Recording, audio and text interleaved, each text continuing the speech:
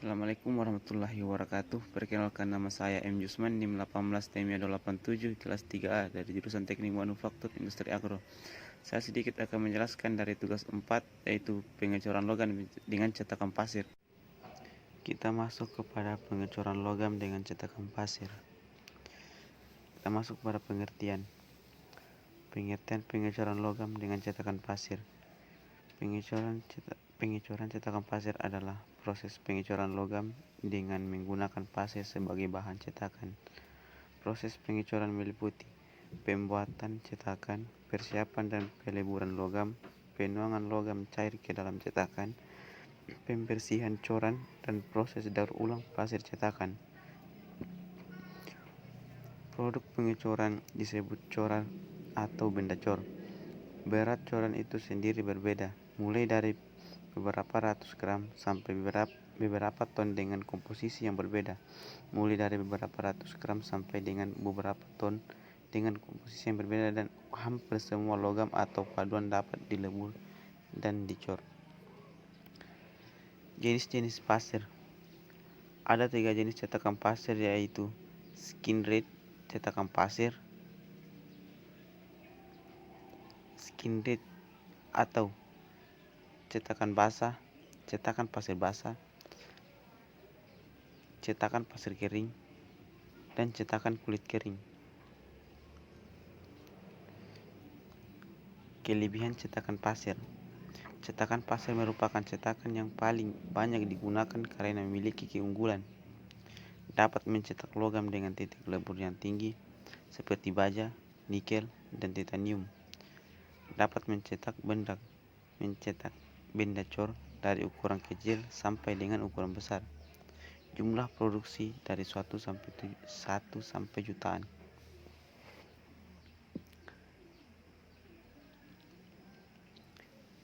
Cetakan pasir kering dibuat dengan menggunakan bahan pengikat organik dan kemudian cetakan dibakar dalam sebuah oven dengan temperatur berkisar antara 204 derajat sampai 316 derajat Celcius. Pembakaran dalam oven dapat memperkuat cetakan dan mengeraskan permukaan rongga cetakan. Keunggulannya, dimensi produk cetakan lebih baik. Ada pula kelemahannya. Yang pertama, lebih mahal dibandingkan dengan cetakan pasir basah. Kedua, laju produksi lebih rendah karena dibutuhkan waktu pengeringan. Yang ketiga, pemakaian terbatas untuk coran yang medium dan besar dalam laju produksi rendah atau ke medium. Cetakan kulit kering. Cetakan ini dapat diperoleh dengan mengeringkan permukaan pasir basah dengan kedalaman 1,2 cm sampai dengan 2,5 cm pada permukaan cetakan. Jadi cetakan ini memiliki hasil yang baik dalam produksi tinggi dikarenakan cetakan ini dilakukan tanpa pembakaran. Berikut bagian-bagian dari cetakan pasir. Mungkin bisa kita lihat pada gambar yang tertera pada layar.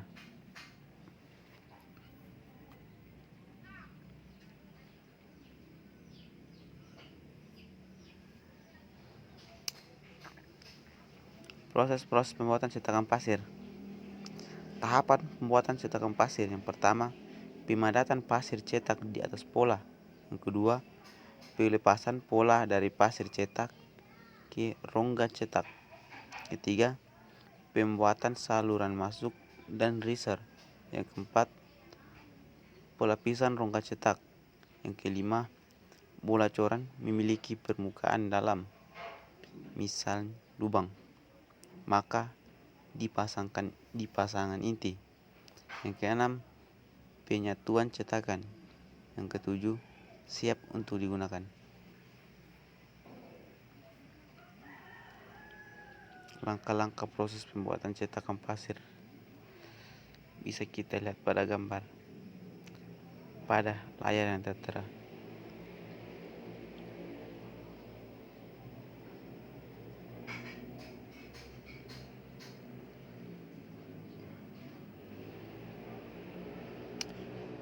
Bagi saya bacakan.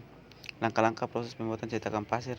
Yang pertama, persiapkan flash, line yang bersih, dan pola kayu produk dan gating sistemnya. Perlu diingat agar pola kayu sudah dilakukan waxing dengan lilin batangan. Yang kedua, pembuatan pasir inti dari baking sand. Pembuatan inti dilakukan berulang-ulang karena inti yang dihasilkan terdapat retak. Hal ini terjadi karena kurang padatnya inti pada proses ramming. Yang ketiga, atau proses pencabutan dari cetakan inti yang terlalu tergesa-gesa sehingga harus diperbaiki dengan penambahan molasses dan melakukan ramming yang lebih kuat.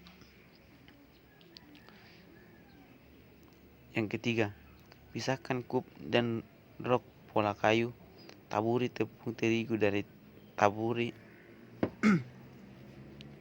ditaburi pada lantai yang dibersihkan pola kayu.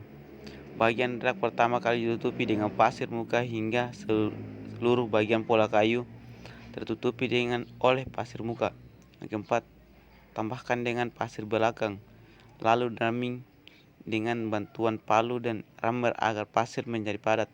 Proses dilakukan sebanyak 3 kali. Setiap awal penaburan pasir diberikan guratan pada lapisan pasir sebelumnya, bertujuan untuk pasir menjadi homogen dan menyatu terikat antara partikel pasir. Yang kelima, balik drak serta letakkan kup pada bagian atas posisi drak dengan posisi yang tetap. Setelah kup berada pada posisinya, lakukan langkah 1-3 untuk benda cor dengan pola belah. Penempatan harus dilakukan dengan hati-hati agar pola dan gating sistemnya tidak bergerak sehingga tidak menimbulkan cacat akibat pergeseran pola. Yang keenam, angkat pola yang telah dipadatkan dengan pasir dari bagian rak dan kup. Keluarkan pola yang berada pada cetakan pasir dengan menggunakan ulir. Pengeluaran pola harus dilakukan dengan hati-hati agar cetakan pasirnya tidak rusak. Pada saat praktikum, pencabutan pola sangat sulit untuk dilakukan. Hal ini dapat disebabkan oleh pelapisan lilin yang kurang merata. Mungkin itu yang bisa saya jelaskan atau paparkan. Kurang lebihnya mohon dimaafkan. Wabillahi taufiq wal hidayah. Assalamualaikum warahmatullahi wabarakatuh.